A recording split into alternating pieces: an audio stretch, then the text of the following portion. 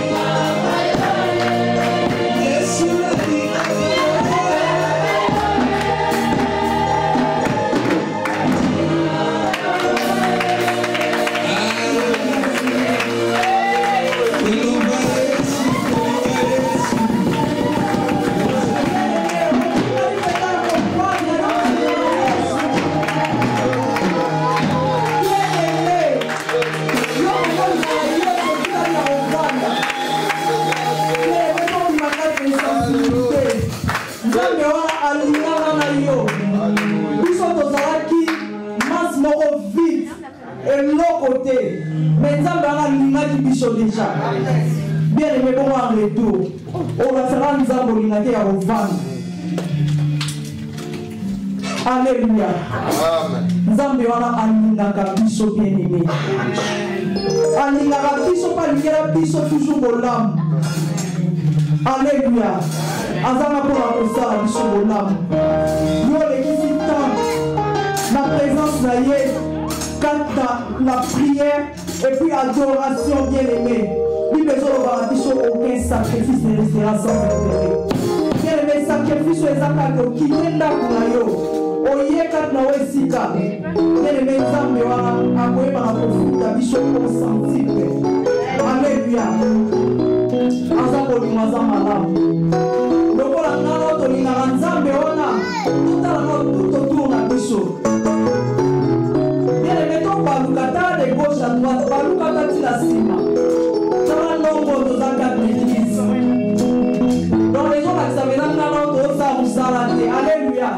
Nanga mona kati na longoli te toza musala te oso toza musala me toza ndongo te toza kati na wesika toyebi te toza bandeko ebele bake bavacance mais senge na ngana toza musala eloko nini eza koampeshe nga na yo ngana tolingaka nzambe bien aimé nani na ntongo lelo olanse défi ete dimanche prochain aoyela biso ata molimo moko bami moto amemika mutu moko na présence ya nzambe feti mundele esama na lola oyo mutu yango omemi mutu na retour récompense nabe kozala nini babiso feti mundele esama na lola soki amoko abakisami l'église oyo mutu amemi molimo wana nzambe aopesa ya mingi. Bien aimé, pour lancer des filles wana na yo dimanche prochain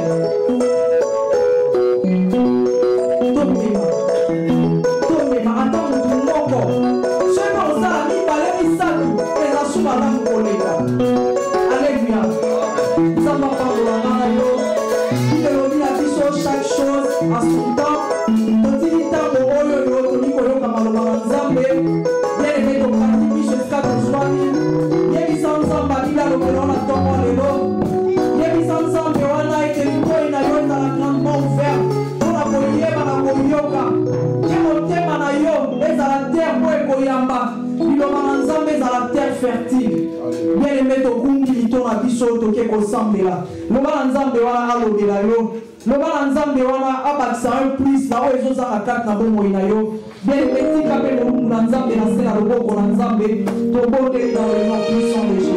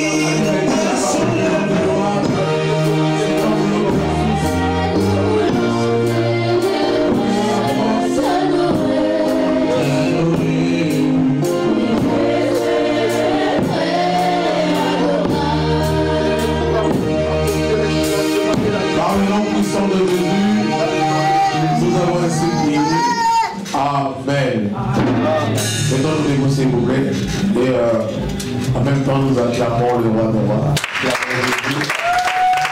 En même temps, je peux saluer que cette personne de gauche à droite. Je souhaite le goûter la bienvenue, bon appétit. Amen. Dans son balai, tout s'écrit. Ce matin, tout s'écrit. À la maison du Seigneur, tout s'écrit. Amen. Acclamons le Seigneur. Est-ce que nous avons la joie de recevoir la parole de ce matin? La Bible dit, la parole venant de loin, c'est comme l'eau de la source.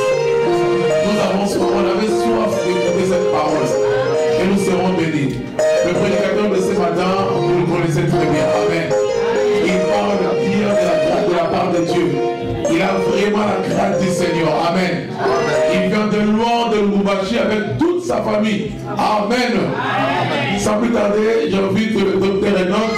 Nous acclamons Jésus. Tous sont les cris de joie.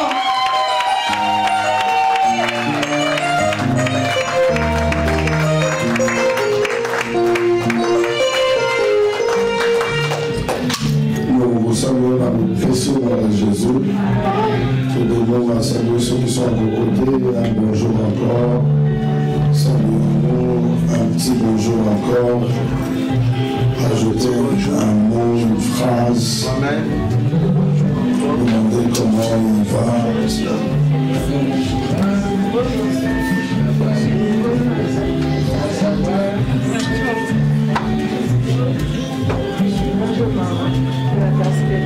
Gloire au Seigneur, on va prier.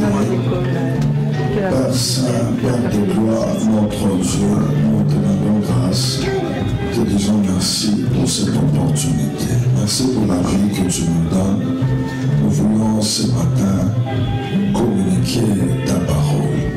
S'il te plaît, nous venons nous abreuver dans ta source, toi la source du salut. Abreuve-nous et étanche notre soif. Donne-nous la vie, Seigneur. Bénis ton Église. Merci pour un entendement parfait, pour une parfaite compréhension, la vie et pratique de ces paroles. Merci parce que ton esprit sature ces lieux. Le lieu est inondé de ta présence, toi Emmanuel. Au nom de Jésus, le roi des rois et Seigneur des seigneurs. Amen. Amen. Nous acclamons le Seigneur, que Dieu soit loué. Que le Seigneur soit glorifié. Gloire à Dieu. Amen. Amen. Je bénis le Seigneur qui nous permet d'être là ce matin, lui qui nous a donné la vie et nous a permis d'effectuer un très long voyage depuis le Lubumbashi. Je ne sais pas s'il y a quelqu'un qui a déjà visité le Lubumbashi ici. Sinon, nous bénissons le Seigneur pour la vie, pour la protection, pour ses bontés. Je ne suis pas venu seul, il y a mon épouse et il y a des enfants qui sont de l'autre côté de l'écoute. Est-ce qu'on peut les recevoir aussi?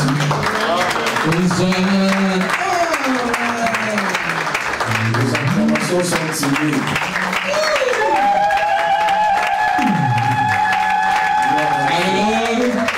Merci au révérend Boucher. Il est vraiment ma famille. Nous avons un amour particulier pour lui, sa maison et pour vous, l'église. Moi, je suis les cultes très souvent les dimanches après-midi. Les extraits qui sont publiés, je ne manque pas de faire signe de mon attention et nous bénissons le Seigneur pour tout ce que le Seigneur fait avec vous. Est-ce qu'on peut les célébrer, s'il vous plaît, par nos acclamations?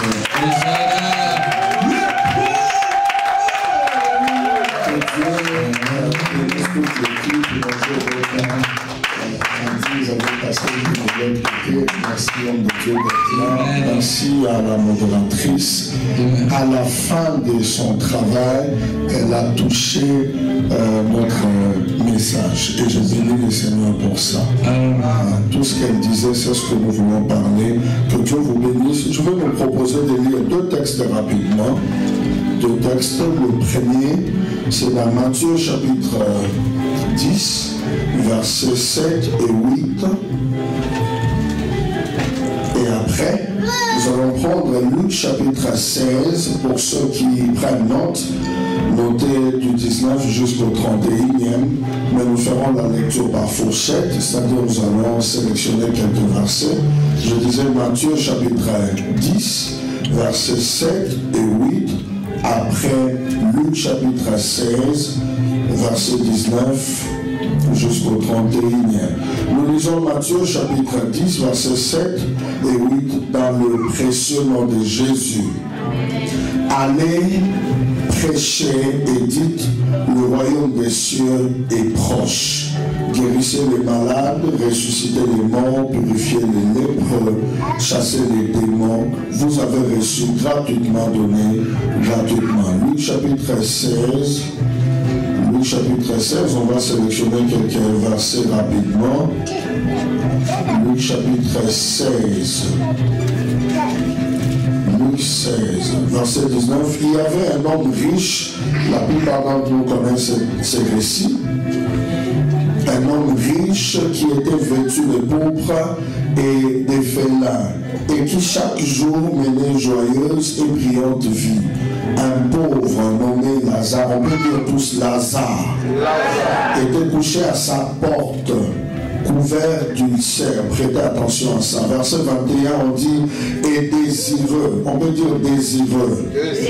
De se rassasier les miettes qui tombaient de la table du riche, et même les chiens venaient encore lécher ses ulcères. Le pauvre mourut, fut porté par les anges dans le sein d'Abraham. Les riches moururent aussi, il fut enseveli. Je saute au point de verset 24. Il s'écria, Père Abraham, aie pitié de moi, et envoie Lazare pour qu'il trempe le bout de son doigt dans l'eau et me rafraîchisse la langue, car je souffre cruellement dans cette flamme. Verset 27. Le riche dit, je te prie donc, Père Abraham, d'envoyer Lazare dans la maison de mon père, car j'ai 5 frères. J'ai 5 frères. Dieu vous bénisse, vous pouvez majestueusement vous rasseoir. Est-ce qu'on peut acclamer la parole de Dieu? S'il vous plaît, prêtez-moi attention.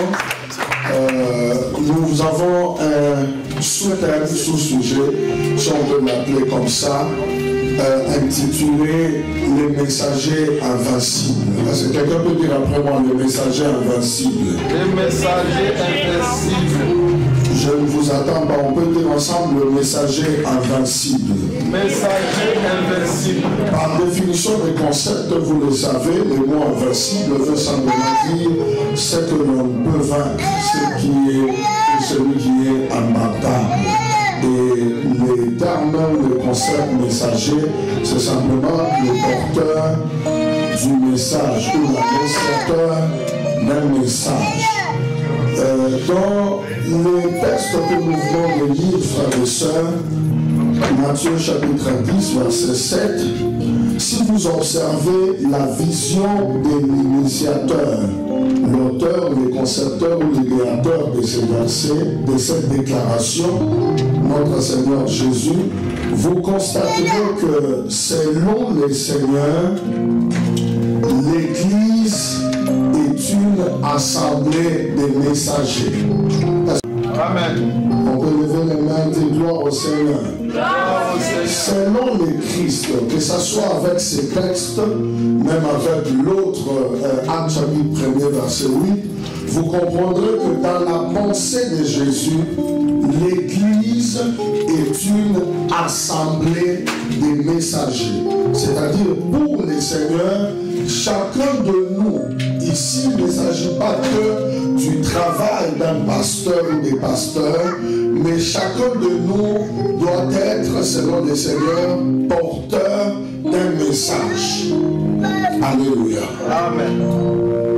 Le Seigneur a dit dans Matthieu chapitre 10, allez. On met une virgule. Vous qui connaissez mieux la langue française, vous constaterez que les mots qui est utilisé, ou la phrase qui est utilisée ici est à l'impératif. C'est-à-dire elle est non négociable. C'est un ordre que le Seigneur a donné en disant allez. Ça ne se négocie pas. Il nous confère tous une mission. Et quelle est cette mission? C'est celle d'être et de devenir les porte-paroles de Jésus. Vous êtes là? Les porte-paroles de Jésus. C'est ce qui fait de nous, c'est ce qui fait de vous, messagers du Seigneur. Malheureusement, vous savez, lorsque nous regardons la vie de l'Église, j'ai dit la pensée de l'initiateur de Jésus notre Seigneur, c'est que toute l'assemblée chrétienne est messagère. Alléluia. Cependant, dans l'Église, nous avons l'impression que ce travail, c'est un travail qui n'a été laissé qu'aux pasteurs, qu'aux leaders, à ceux qui nous guident et nous conduisent. Voilà même les raisons de certaines stagnations, de certains retards de croissance présence dans nos assemblées. Parce que beaucoup d'entre nous ne savent pas que le Seigneur les a investis aussi de cette capacité de témoigner de lui. Je suis en train de vouloir dire à quelqu'un ici, le Seigneur attend à ce que tu sois son témoin. Alors il y a 4 personnes qui ne m'ont pas entendu. Je disais, le Seigneur attend à ce que tu sois son témoin. Amen. Bien-aimé dans le Seigneur, vous savez, je suivais une fois les patriarches Renard Bonquet. D'ailleurs, il y a un de ses livres, il parle de l'évangélisation. Je l'ai lu autant de fois, j'ai lu, je finis, je reviens.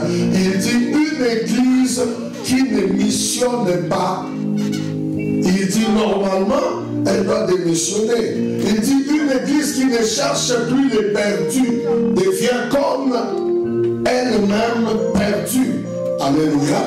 Nous avons les devoirs, la responsabilité, chacun ici, d'être porte-parole de Jésus. Quelqu'un peut dire après moi, porte-parole de Jésus. Pourquoi nous parlons de ces choses? Premièrement, parce que c'est un ordre. Alléluia. Amen. Deuxièmement, écoutez-moi, si Christ est la porte qui conduit au Père, chacun de nous doit être une porte qui conduit à Jésus. Amen. Alléluia. Amen.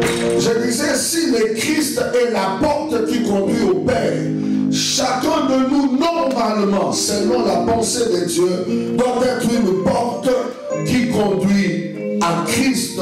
Que Dieu nous bénisse. Amen. Vous savez, frères et sœurs, nous sommes ici, si vous ne le savez pas avant de revenir sur le texte, nous sommes les résultats des prières, des intercessions et des évangélisations des autres. Tu es en Christ parce que quelqu'un a été, s'était investi à se placer comme une porte pour toi. Nous sommes l'exaucement de la prière de certaines personnes. Et des fois, c'est l'exaucement de prière de gens que nous ne connaissons pas. Mais pas seulement de la prière, nous sommes la résultante du témoignage et de l'évangélisation de certaines personnes.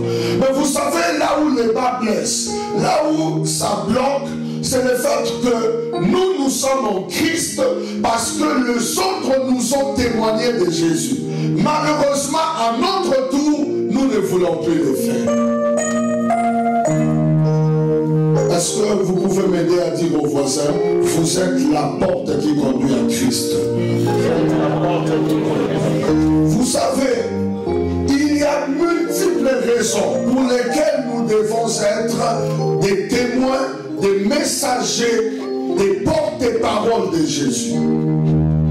Alléluia. Amen. Parmi les raisons, j'en donnerai 2. La première, vous savez, si certains ne le savent pas, quand vous voyez les statistiques du christianisme, frères et sœurs, actuellement vous serez choqués. Laissez-moi vous le décrire dans 1 minute. Savez-vous qu'au XXe siècle, est-ce que quelqu'un peut dire après moi 20e siècle? Au XXe siècle, le monde contenait presque près de 7 milliards d'habitants et dans cet effectif-là, les chrétiens étaient à 34,5%. Tu peux dire après moi 34,5%. Pendant ce temps-là, l'islam était à 12,4%. Mais dans l'espace d'un siècle, observez-moi très bien, dans l'espace d'un siècle, l'islam a connu la croissance de plus de 10%. L'islam a atteint 22,4%. Nous étions à 34,5%. Et après, jusqu'en 2022, parce que j'ai écrit un ouvrage que j'ai dans mon téléphone ici en PDF, en 2022, les chrétiens étaient vers les 33,1%. C'est-à-dire dans les 7 milliards, il y avait 2 milliards de chrétiens. L'islam s'est accru de 10% et nous avons dégringolé régressé d'1% dans l'espace d'un siècle. Est-ce que vous êtes là? Vous savez, quand l'église a commencé, la première église de Jésus, dans les premiers siècles, les chrétiens n'étaient qu'à 0,09%. Mais grâce à cette équipe-là, des messagers, des témoins, des gens qui ne cachaient pas les secrets de ce que Dieu avait fait dans leur vie, des gens qui n'oubliaient pas là où Dieu les avait tirés, là où Dieu les a ramassés, alors que certains étaient des pêcheurs de poissons, les autres étaient là comme de fous, les non-instruits. Ils n'avaient pas honte de parler de Jésus dans leur famille, dans leurs entreprises, auprès des voisins, avec une équipe de 0,09%.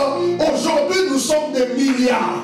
Mais regardez dans l'espace d'un siècle, vous savez, de 2022 à 2025, l'islam s'est accru encore de 5%. Là, ils sont à plus de 25%. Si c'est 25. Nous sommes maintenant à 34%. Nous nous sommes ajoutés que d'un pourcentage. Et vous savez pourquoi? Vous qui êtes en Europe, vous avez la responsabilité de témoigner de Jésus. Je voudrais dire à quelqu'un, le Seigneur compte sur toi. Le Seigneur attend de toi un témoignage. Il y a des gens autour de toi qui meurent, qui ne connaissent pas le Seigneur. Là où tu travailles, dans la maison, l'appartement où tu habites, les différents endroits que tu fréquentes, si Jésus a un témoin dans ces endroits-là, c'est bel et bien toi. Je voudrais dire à quelqu'un de sortir un peu de son sommeil après ces cultes, de s'engager à témoigner de Jésus. Que le sommeil, la lourdeur, la honte, c'est ici au nom de Jésus-Christ. Celui qui dit Amen 2 fois, les ciels s'ouvrent sur sa tête et Dieu lui accorde même les intentions non exprimées. Écoutez-moi, vous savez, l'un des sérieux problèmes que nous avons actuellement, c'est que nous sommes devenus comme les sacrificateurs et les lévites qui passèrent à côté de l'homme qui était tombé, docteur. Vous connaissez l'histoire d'un homme qui quittait Jérusalem à Jéricho? La Bible dit qu'il était tombé entre les mains des brigands, n'est-ce pas? Et les brigands le dépouillèrent et tout ça, les frappèrent des coups, les laissèrent à demi-mort. Mais vous savez, la tristesse que j'ai dans ces récits, c'est que les Écritures disent il y avait des sacrificateurs et des lévites qui passaient à côté. C'est ce que nous sommes devenus. Vous savez pourquoi j'ai lu l'histoire de Lazare et du pauvre Lazare et du riche? Frères et sœurs, c'est parce que c'est l'un des récits qui me traumatise. Toutes les fois que je l'ai lu, je pleure. Je suis triste et mon cœur bat. Écoutez-moi, vous le démontrez. Vous savez, la Bible dit qu'il y avait un homme riche. On peut dire un homme riche. Et il y avait aussi un homme pauvre qui s'est nommé Lazare. On peut dire Lazare. Les Écritures disent que Lazare était un homme pauvre. Deuxièmement, c'était un homme malade parce qu'il avait des ulcères, des plaies partout, c'est-à-dire de la tête jusqu'à la plante des pieds. Aujourd'hui, par exemple, vous ici, Lazare serait déclaré comme un cancéreux parce qu'il a des ulcères. Écoutez, même la Bible dit que même les chiens venaient lécher les plaies de Lazare. Vous ne pouvez pas imaginer. C'était un homme pourri, n'est-ce pas? Oui. Mais qui marchait, vrai ou faux? Parce qu'il y avait des plaies, les chiens venaient les lécher jusqu'au point où ils ne pouvaient même pas les chasser. Mais écoutez-moi, la Bible montre plus tard que le riche va aller dans les lieux de tourment, c'est-à-dire les pré-enfers, là où partent ceux qui meurent en dehors de Jésus, et Lazare va aller dans les seins d'Abraham, les lieux de repos, là où les saints se reposent pour attendre l'enlèvement. Mais écoutez ce qui me dérange. Ce qui me dérange, c'est la question de savoir pourquoi les riches est-il allé en enfer? Ça, c'est les mêmes problèmes que connaissent beaucoup de ceux qui nous entourent. Et dans nos familles, nos connaissances, nos amis, nos répertoires là qui sont remplis de connaissances de cette ville. Alléluia. Amen. Des personnes qui vivent avec nous à proximité, d'autres éloignées. ces gens-là sont comme les riches. Écoutez-moi, je veux vous montrer que cette histoire-là me rend triste. Pourquoi? D'ailleurs, je vous informe que cet homme-là riche n'est pas parti en enfer parce qu'il était riche. Est-ce qu'on peut dire amen? Amen. Et Lazare non plus n'est pas allé au ciel, dans le paradis, parce qu'il était pauvre, parce que la pauvreté n'est pas aussi le visage du ciel. On peut dire amen. Amen. Mais écoutez, et cet homme est allé là-bas, je vous dis, mes frères, c'est parce que c'est lui qui connaissait les secrets, le lui a caché. Est-ce que je peux parler? Amen. Je dois vous informer que cet homme riche était un peu plus bien, plus bon que nous. Est-ce que je peux le prouver? On peut dire gloire au Seigneur. Qui d'entre nous ici supporterait, vous peut-être, moi je ne sais pas, un homme pauvre, ça encore il n'y a pas de problème, qui a des plaies de la tête jusqu'aux pieds, un homme pourri. J'imagine le nombre de mouches qui le suivaient. Et les chiens qui le laissaient, tout son corps faisait couler des liquides. Je pense qu'il avait l'infection dans tout son corps. Il était pourri. Qui d'entre vous supporterait de voir un tel homme s'approcher de son portail? C'est le modèle des parcelles que nous avons au Congo, quand je dis portail, la grande barrière.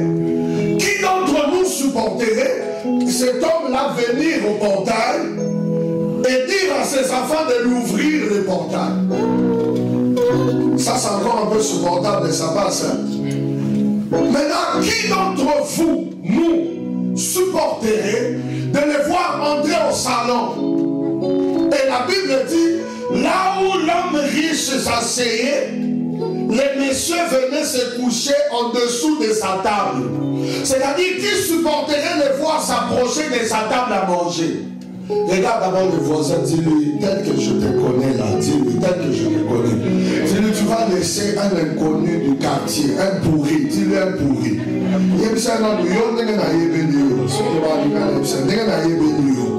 Tu vas vraiment. Est-ce qu'on peut parler un peu? On peut parler entre nous.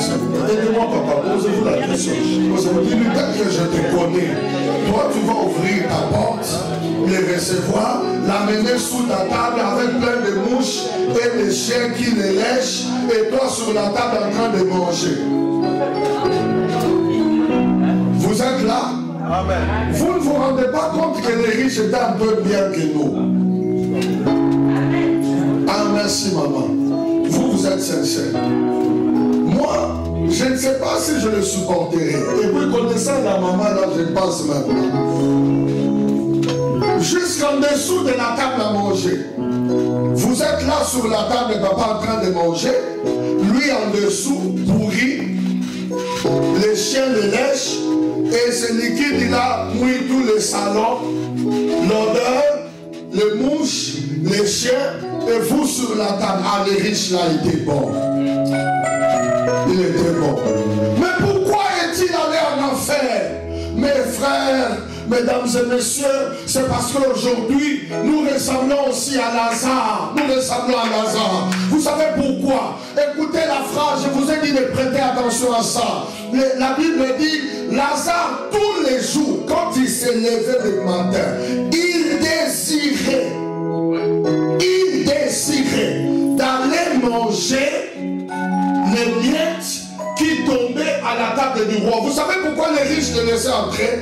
Comme Lazare connaissait le secret qu'il était un enfant de Dieu, la Bible dit, fais de l'Éternel tes délices, il te donnera ce que ton cœur. Ah, la Bible dit, Lazare désirait aller manger quoi? Est-ce que Dieu le lui a refusé? Si Lazare avait manifesté un autre désir, Dieu le lui accorderait. Oh là là, oh là là, oh là là, oh là là. Il désirait aller manger les miettes qui tombaient. Mais pourquoi je dis nous ressemblons? C'est parce que nous aussi nous sommes comme lui. Chaque matin quand nous nous approchons, ce n'est pas mauvais. La Bible dit que c'est lui qui souffre qu'il prie. Mais le problème c'est que nous sommes tellement imbibés de nos fardeaux Tout ce qui intéressait Lazare, c'était seulement son ventre. Lui, il devait manger, mais il ne voyait pas. C'est lui qui le permettait d'entrer dans son salon. C'est lui qui le recevait chaque jour. Il était un homme bon, mais il lui manquait quelque chose.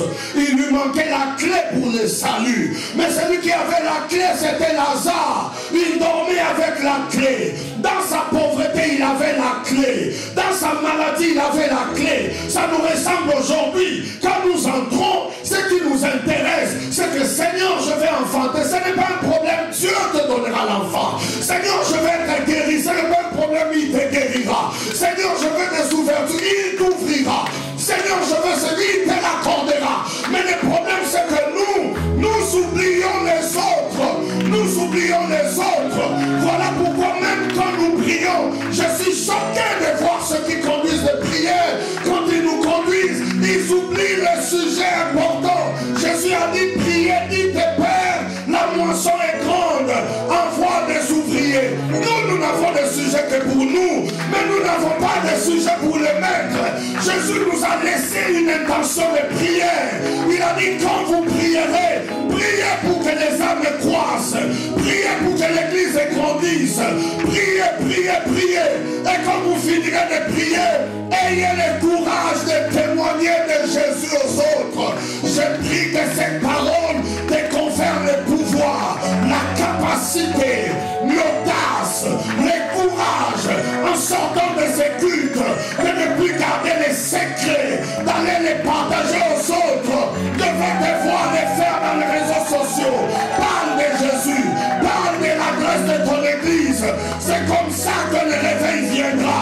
Je prie que le feu de l'esprit, pendant que tu m'entends, te touche, qu'il touche ton âme, qu'il libère ton esprit, qu'il te capacite à t'élever. Cette lourdeur doit partir.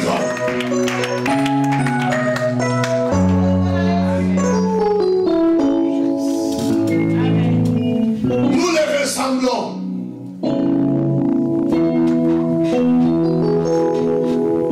Mais vous savez, aidez-moi s'il vous plaît. Dites au voisin, pourquoi Dieu te garde en vie? S'il n'est pas gentil, change d'abord de voisin. Lui, on va le récupérer après. Dis-lui pourquoi Dieu te garde en vie. Est-ce que c'est parce que nous prions beaucoup? Est-ce que c'est parce que nous avons des projets? Nous avions eu, n'est-ce pas, un frère qui avait des projets ici récemment, mais qui est parti. On n'avait pas prévu. Vous savez pourquoi Dieu nous garde en vie? L'une des choses, c'est parce que le Seigneur attend ce que nous puissions parler. Nous puissions parler. Je pose la question à Moïse. Lorsque Hérode tuait les enfants, qu'est-ce qui a fait que tu sois en vie, toi, le bébé Moïse? Est-ce que Dieu t'a gardé en vie que pour aller t'occuper de ta femme Séphora et de ton enfant Jochebed? Israël, vous savez que Dieu avait promis, avait dit à Abraham qu'il quitterait l'Égypte après 4 siècles, n'est-ce pas? Mais ils sont sortis après combien? 430 ans. Mais ce retard était dû à quoi? Le libérateur s'était tellement préoccupé de son mariage qu'il avait oublié la mission du messager. Et ça, c'est le problème avec beaucoup d'entre nous. Vous pensez que c'est en vain que Dieu vous a permis de vous en sortir facilement dans ce bloc opératoire, dans cette salle de maternité. Vous pensez que c'était trop simple? J'en connais plusieurs qui sont entrés mais qui n'étaient pas sortis après. Je suis en train de vouloir dire à quelqu'un, dans la pensée de Dieu, il te considère comme son messager. Et ça, ce n'est pas le travail d'un pasteur. Quelqu'un dans la salle peut m'aider à lire Luc chapitre 5, verset 4. Rapidement, s'il vous plaît, avec ce texte. Donnez-moi un avec ce texte. Celui qui trouve, il peut faire la lecture. Luc chapitre 5, verset 4. Luc 5, 4, j'ai la parole. On peut dire Amen. Amen. Quand il a fini de parler, il dit à Simon. Écoutez. Pardon. Écoutez, regardez-moi devant. Merci pour vos Bibles, maintenant regardez-nous. Écoutez. J'ai découvert qu'il existe des gens, même lorsque Dieu ne veut pas parler à eux, il leur adresse quand même la parole. On a dit, quand il a fini de parler, il dit à Simon. Donc même quand il finit de parler, Dieu ne veut plus parler, il a quand même des gens à qui il adresse la parole. Pourquoi Simon? Parce que Simon c'était le pasteur de l'église. Vous êtes là? Maintenant écoutez la suite. Avance là-bas où l'eau est profonde. S'il vous plaît, papa. Dans 8 secondes, on dit avance en profondeur. C'est la même chose, n'est-ce pas? Il dit à Simon de faire quoi? D'avancer où? En profondeur. Oui? Et jeter vos filets. Écoutez.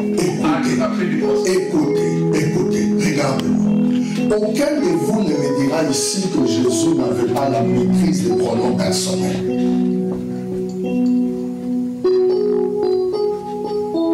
Parce que en bon français, cette phrase-là est incorrecte.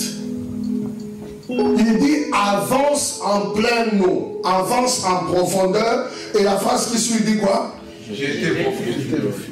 C'est comme ça que ça se conjugue. Quand tu dis à quelqu'un avance, tu vas lui dire quoi? Et jette. Ah, là vous êtes arrivé. Il dit avance en profondeur et fais quoi? Le travail d'affronter les profondeurs des eaux. Ça, c'est le travail du pasteur. Mais pour les filets, les mots changent. Pour avancer, c'est le pasteur. Mais pour la croissance de l'église, Pierre, toi, les pasteurs, avance, affronte les esprits des eaux. Les principautés qu'il y a à Noisy-le-Grand, à Paris, dans l'île de France. Mais pour les filets, il dit jeter. Jeter, c'est-à-dire vous. Oh. Amen. Oh. Donnez-moi l'impression d'avoir accompli ce qu'on vient de lire. Amen. La responsabilité d'avancer dans les profondeurs, c'est à qui? Mais maintenant, pour les filets, normalement, Jésus devait lui dire avance dans la profondeur et jette ton filet. Mais il lui dit avance et faites quoi? Jeter. Jeter là, ce n'est plus ton travail, Pierre. Jeter, c'est le travail de l'équipe qui est avec toi. C'est l'équipe de l'assemblée. Si l'assemblée ne jette pas leur filet, il n'y aura pas de grande. Alléluia. Amen. Il y a une phrase que vous aimez beaucoup, mais peut-être vous ne savez pas, partant de ces versets-là jusqu'en bas, cette phrase-là n'a jamais été correcte. Pierre a dit, sur ta parole, je jetterai les filets. On lui avait dit, lui, de jeter. Ah, vous avez compris.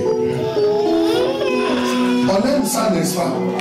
Sur ta parole, j'ai. Mais le travail de jeter le filet, ce n'est pas à Pierre. Mais comme il dit de jeter le filet, je vais le faire. Je vais le faire. On a dit jeter. C'est à vous. C'est à chacun de nous ici de témoigner. Je voudrais que le feu du Saint-Esprit se rallume encore. Se rallume encore sur nos têtes. Que nous sortions de ces lieux comme des personnes enflammées par le feu de l'Esprit. Des gens qui ne se gêneront pas de parler de Jésus. C'est ce qui vous rendra invincible. Je suis en train de vouloir dire ici, tu es en vie parce que tu es porteur du message. Répondez-moi, pourquoi Jonas ne meurt pas dans l'eau?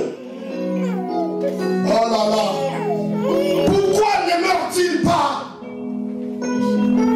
C'est parce qu'il a des nageoires comme un poisson. Jonas okufite pour la ligne. Okufite pour ça dans le message à Komema. Oh, je parle à qui? Je suis en train de dire à quelqu'un, tu Tu es le choix réfléchi de Dieu. Tu es le choix examiné de Dieu. Je suis en train de vouloir te dire, dans cette génération, Dieu n'a que toi. Oh mon Dieu. Je dis, dans cette génération, Dieu n'a que toi. Il n'a que nous, Bandoukou. Pourquoi Jonas ne meurt pas? C'est parce qu'il portait un message. Voilà l'une des choses qui a fait que dans les accidents, tu es sorti vivant. Dans les poisons, tu as survécu. Les attaques nocturnes, tu as survécu. Tu as traversé les eaux, tu as survécu. Les flèches, les armes, tu as survécu. C'est ce qui te rend invincible. Écoutez-moi vous dire la vérité. Pourquoi Paul, mordu par la vipère, n'était pas mort? Pourquoi? Pourquoi n'était-il pas mort? C'est parce que Jésus lui avait dit, Paul, je t'appelle, tu témoigneras de moi à Rome. Aussi longtemps que Paul n'est pas encore arrivé à Rome, tu as ta poison, ta grenade, mon mélis, le Seigneur t'ajoute parce qu'il y a une destination meilleure qui t'attend. C'est ce qui te rend invincible. Tu arrives, l'inspiration ne pourra se décider de ta survie. Qui lance les flèches comme il veut, qui creuse les fosses. Mourir, tu ne mourras pas. Quelqu'un dit après moi, je ne mourrai pas. Dis-le bien, je suis un messager invincible. Dis-le bien, je suis un messager invincible. Je ne te vois pas moi à ta place, je serai debout. Dis-le bien, je suis un messager invincible. La mort ne peut pas m'emporter. Les poisons ne peuvent pas m'emporter. Aucune arme des ténèbres ne peut t'emporter. Parce que Dieu compte sur toi. Dieu attend de toi. Il veut faire de ta bouche une trompette. Un moyen par lequel il atteindra plusieurs. Un moyen par lequel plusieurs connaîtront le Seigneur. Voilà pourquoi tu ne mourras pas. Jésus a prié. Il a prié. Il a dit, Père, je te prie de ne pas les ôter du monde. Dans la prière de Jésus, il a éloigné l'esprit de mort précoce. Je te prie de ne pas les ôter du monde, mais je te prie de les préserver du malin.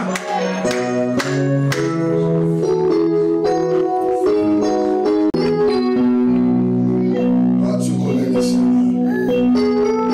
Ils ne le connaissent pas. Ton frère a besoin d'un témoin. C'est lui qui nous parlera de Jésus. Ton mari. Ils ont besoin de quelqu'un.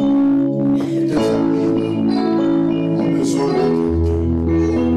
Cette personne, le Seigneur l'a trouvé. C'est bel et bien toi. Les messagers ne meurent jamais avant son temps. Voici une histoire, on va prier. Mais voici un récit. Très souvent vous le lisez, mais seulement vous ne faites pas attention. Est-ce qu'on peut nous lire Job? Il nous reste 5 minutes. L'autre est arrivé. Il a dit, la fourche est tombée du ciel sur le mouton et sur tes serviteurs. Et ils ont tous brûlé. Moi seul, je puis me sauver pour te prévenir. L'homme parlait encore. Combien se sont sauvés lui? Lui seul. Parce qu'il est qui? Le feu qui tombait du ciel, le feu tombé, ça brûlait tout le monde. Mais même le feu en tombant savait que là, il y avait un messager. Oh là là. Les épreuves apporteront plusieurs, mais pas toi. Parce que tu es porte-parole. Un autre messager est arrivé. Il a dit, moi, des Chaldéens ont attaqué le chameau. Oui, ils les ont volés. Ils ont tué tes serviteurs. Les Chaldéens ici sont comme les esprits des familles. Parce que leur nom veut dire briseur de monts. Briseur de monts. C'est-à-dire les sables là qui soutiennent la racine. Et ils s'attaquent à ça. C'est comme les esprits. Dans un autre contexte, c'est des familles. Mon moni attaque tout dans les beaux temps. Et détruire les bombes babylons sur le mouvement pour qu'elle survive. Messager. C'est pour ça que même quand la famille pouvait pleurer, toi tu as survécu. Ce n'est pas du décor. C'est parce que dans les plans de Dieu, tu as un rôle à jouer.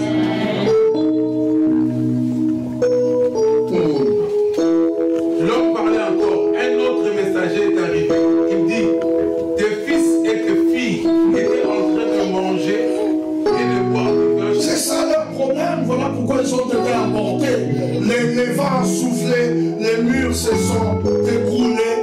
voici celui qui était là, les seuls sortis vivants. Et il a couru pour aller témoigner. Et les Écritures l'appellent les messagers. Je voudrais dire à quelqu'un, il est possible que tu arrives à destination. Il est possible que tu atteignes les portes désirées. La mort ne peut pas t'emporter. Je l'ai dit, reçois cette parole. Celui qui dit Amen 3 fois, je prie que la grâce de la longévité nous soit communiquée. Que Dieu te la communique au nom de Jésus. Ce que nous avons à faire, c'est d'ôter la honte, d'enlever la peur et de penser aux autres. Est-ce qu'on peut prier?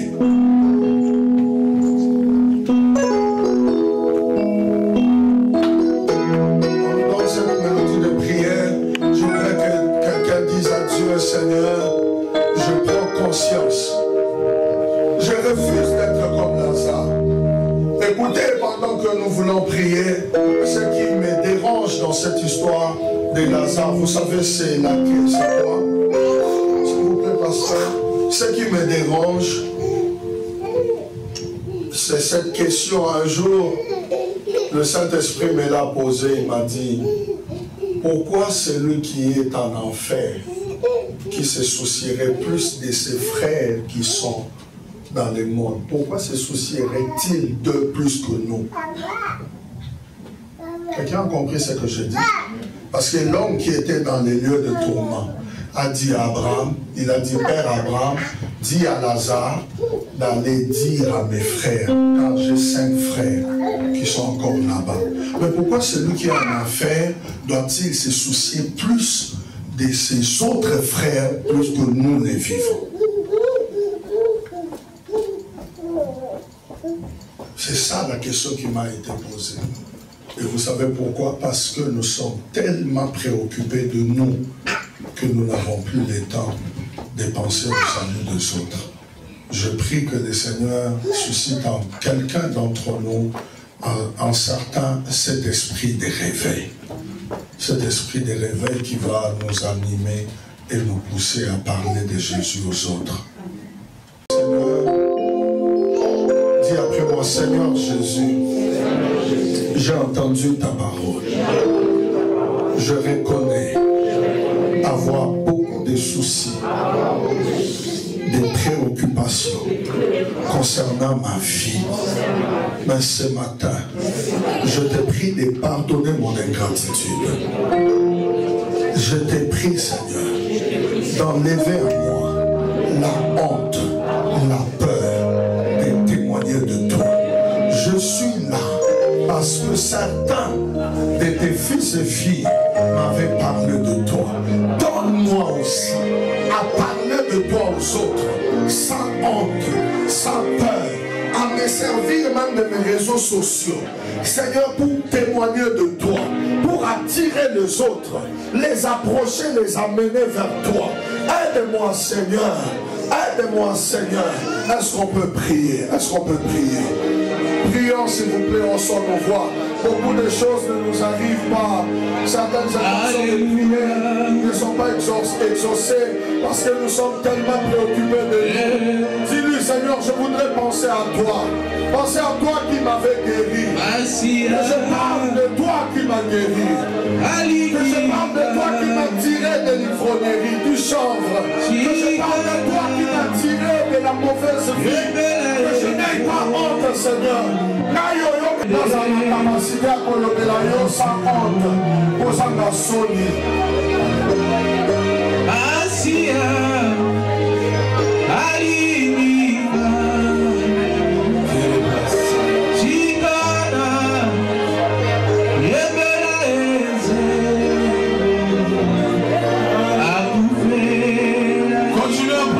Continuez à prier. Sois le messager avancé. Sois le messager. Job, même tes enfants sont morts, mais je suis resté comme un messager. Alléluia.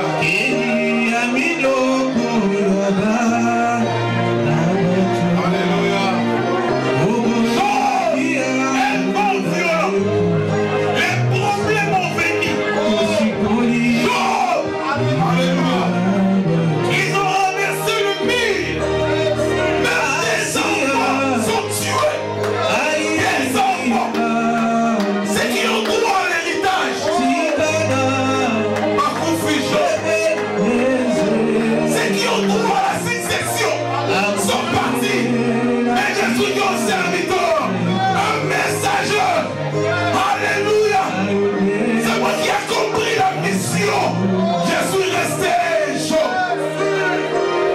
sois messager, bien-aimé, priez. Ne sois pas seulement le fils, mais sois messager. Seigneur, garde la vision. Seigneur, compris la vision. Seigneur, même si tu n'as pas compris ce qui va se passer après, mais sois seulement un messager. Alléluia. Lorsque les fils sont venus en messager, ils ont dit restez à côté, nous on va manger ici. On va voir ici parce que nous sommes le fils de Job. Mais même si tu comprends.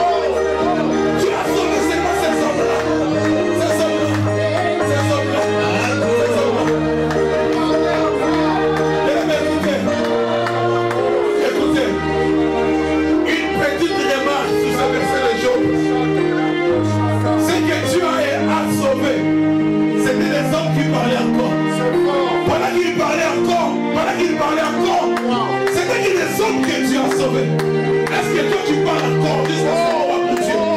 Est-ce que tu as déjà que tu continues à parler? Ou bien à certains moments tu t'es arrêté?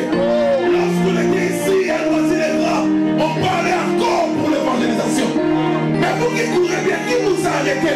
Après avoir commencé par l'esprit de parler, d'évangéliser, de faire la descente au centre commercial à Noisy-les-Gras, d'inviter des sisters, d'inviter des frères, des gens de la famille. Est-ce que tu continues à parler encore? Dis à Dieu, donne-moi cette force de parler encore. Ouvre ma bouche, la force, au nom de Jésus, continue à prier. Que je parle encore, Seigneur. Que je parle encore. Que moi je parle encore. Pour l'évangile, pour faire l'œuvre de Dieu. Partout je parle encore.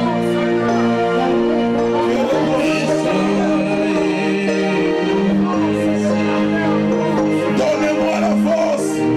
Donnez cette église la force. Donne cette église la force de parler encore.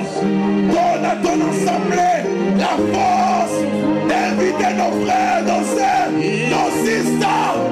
Alléluia, nos cousins, nos cousines. Tous ceux qui sont tout autour de nous. De parler encore. Alléluia. Que le bras s'en élève les brochets. Cette œuvre a besoin de toi. Cette affaire te concerne, bien-aimé. Cette affaire te concerne, bien-aimé. Cette affaire te concerne. Ce message est puissant. Écoutez. Écoutez une révélation. L'homme de Dieu a dit, lorsque Dieu, Jésus, a dit à Pierre de jeter le filet, a dit à Pierre, avance. Pierre s'est avancé. Écoutez, il y a des programmes qui sont passés ici. Les hommes de Dieu nous ont conduits dans le programme de délivrance. Mais pour jeter le filet, cette affaire nous concerne nous tous. Dis avec moi, cette affaire nous concerne. Cette affaire nous concerne. Me concerne. Dis avec cette affaire me concerne. Cette affaire me concerne. Commence à prier le pour cette église et Talida au nom de Jésus.